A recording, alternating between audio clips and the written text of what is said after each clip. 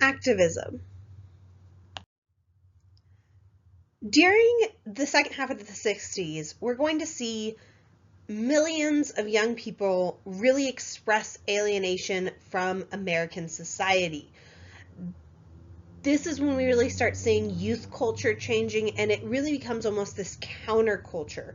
Now, part of the way that they expressed this alienation was by sampling drugs and basically chasing that rainbow of youth culture. This could be anything from like smoking marijuana to all kinds of other harder substance like LSD and such. We also get some are going to like grow long hair, listen to psychedelic rock, and they were basically dubbed the rebellious young hippies. Also within this youth culture we get a second smaller and more intense counterculture that's going to add like Eastern religion, social radicalism, and evangelicalistic belief in the drug LSD specifically. We're also going to start seeing things like music being a huge part of this. Rock lyrics are going to begin to reflect a lot of this drug culture in 1966 and 1967. Specifically, when we get these so-called hippie districts springing up around university campuses across the country. We're going to see that while youth culture was shaped by films, philosophers, pot, poets, more than anything else, really it is shaped by music. We're going to see during the 60s a shift from the increasingly complacent rock and roll of the early 60s to much more provocative albums come mid-decade. Now, granted, a lot of these songs were really aimed still at popular success, but what we see is that a lot of musicians increasingly became self-conscious of themselves as artists. And not just as artists, but the power they had with their voice, meaning that they could become social critics. And so we see a lot of music criticizing American society, though initially these criticisms was really part of a smaller audience through a folk music revival, this like Bob Dylan, for instance. And it would be more in like big cities and university campuses. But then we start seeing more of an artistic revolution. We get all kinds of like just a new kind of rock music, really. We get big groups like the Beatles, who capitalized on their immense popularity, and they began a career of really artistic experimentation. There's some very standard songs from the Beatles, but I would encourage you to go look up some of their different things like Maxwell's Silver Hammer and such. And this really is going to open up the way for other groups like the Rolling Stones and the Who. And so we're seeing a lot of like social criticism and class consciousness being really put into musicians' rock lyrics. A lot of these songs were personal in nature, but also political. They were exciting and they were socially critical, and this is expressing the discontent that a lot of Americans, young people, had with society at this time. A lot of this transformation of rock also is going to invite far more explicit treatment when it comes to like sex and illegal drugs than had been previously accepted in pop music.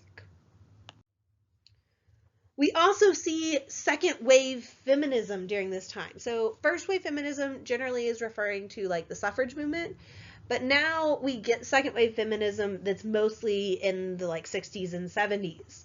What was happening is we had this growing dissatisfaction of many women being in that like domestic role, and that really set the stage for a revived feminism in the 60s. When it comes to political action, we're going to see that whole addition of gender as one of the categories protected under the whole Civil Rights Act of 1964. But we also get the creation of the NW, or the National Organization for Women, in 1966. Now, a lot of mainstream feminism is specifically going to target unequal opportunity in the job market during this time period. The thing is, during the 60s, newspapers generally segregated help wanted ads mostly by sex. And so you get like college-educated baby boomers who were women encountering these glass ceilings, and that's in quotes, and job discrimination. And so a lot of these activists are going to battle to open up job categories to women and battle for things like equal pay.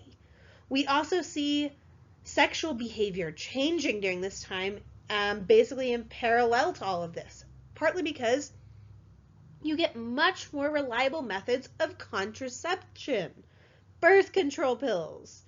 And so with greater control over childbearing, there's an element of women want to have greater control over other aspects of their lives. We also do see some more radical versions of the feminist message during this time period. For instance, a great example of this is there was a demonstration against the Miss America pageant in 1968, and protesters outside literally crowned a sheep, and then they encouraged women to make a statement by like tossing their bras in the trash and throwing their makeup in the trash. This is when people talk about like bra burning feminists and everything. And the idea was there was supposed to be this rejection of things that made one like seem weaker or womanly, and et cetera, et cetera. Now we're in third wave feminism. Third wave feminism focuses more on it's a woman's choice whether they want to do those things or not. Anyway, sorry, jumping back, we're going to see the women's liberation specifically takes off more as a social and political movement in about like 1970, 1971-ish. A lot of this comes about because of like influential books talking about like the roots of inequality, especially when you're looking at like men's opportunities versus women's opportunities. And so what we see is within a few years, millions of women recognize all these events and patterns in their lives that are actually discrimination based off of gender. And so we get the feminist movement that's really trying to put equal rights and the fight against sexism on the national agenda. This is going to change how many Americans thought about the relationship between men and women. Feminists also are going to bring forth attention like on rape being a crime of violence and the burdens of the legal system on rape victims. Once we get into like the 80s and the 90s, you start also seeing like women challenging sexual harassment in the workplace. And this is something that you can kind of continue to see on through today. And so what's happening is that they're gradually redefining these boundaries between what is really acceptable and what is not acceptable behavior. We also see gay activism during this time period, and this is going to spread from the big cities more and more to smaller communities. It's going to spread from the coasts of America inward to the rest of America. A great example of what happened during this time period is in New York. The police there had long harassed like gay bars and their customers. But in 1969, when police raided Manhattan's Stonewall Inn, patrons fought back against them. This is considered by some sometimes it's called the Stonewall Riot. I prefer the Stonewall Rebellion because once again, there's a whole lot of issues with the term riot and everything. But this is basically a catalyst for homosexuals to assert themselves as really a political force. It's during this time period that you see San Francisco becomes like the center of gay life in America. And it's really during the late 60s and more so during the 70s that more and more like gay men and lesbian women and such are going to come out or basically go public with their sexual orientation. We're going to see that the LGBTQ community at that time is going to publish their own newspapers, organize churches, lobby politicians so that they could protect their basic civil rights, like access to equal employment and housing and public accommodations. This is when you see the staging of like gay pride days and marches and such. Keep in mind, it's not until 1974 that the American Psychiatric Association eliminated homosexuality from its official list of mental disorders, though. So that's the mentality, and it's trying to push out of that during this time period.